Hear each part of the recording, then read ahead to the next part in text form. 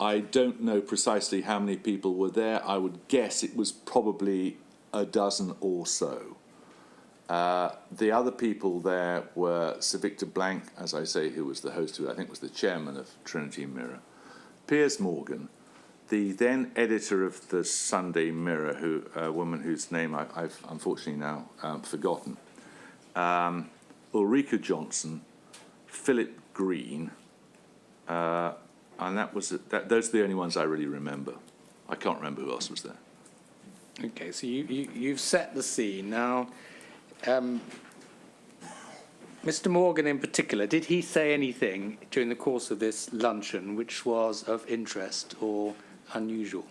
Well, it's really the only... there were two reasons I remembered the lunch. One was that it was so unusual to be invited into such a bestiary.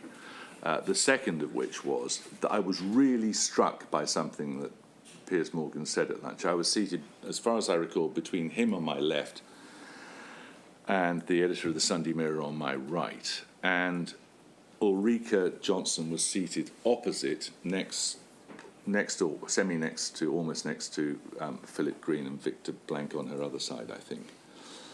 And Morgan said, teasing Ulrika, that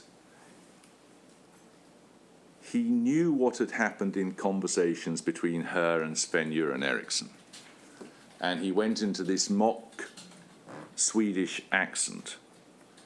Now, I don't know whether he was repeating a conversation that he had heard or he was imagining this conversation. In fact, to be fair to him, I think we should accept both possibilities, that he probably was imagining it. It was a rather bad parody.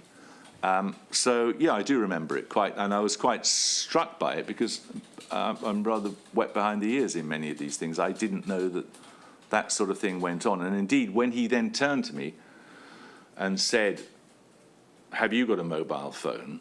I said, "Yes." And he said, "Have you got a security setting on the message bit of it?" I don't think it was called voicemail in those days. I didn't know what he was talking about. And he then explained that the way to get access to people's messages was to go to the factory default setting and press either 000 or 1234. And that if you didn't put on your own code, his words, "you're a fool."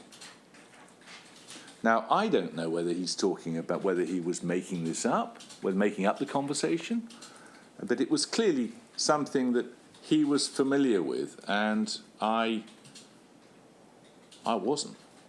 I didn't know. I didn't know that this went on. If you were to say as a journalist you damn well should have known it was going on, I'd have to accept the criticism.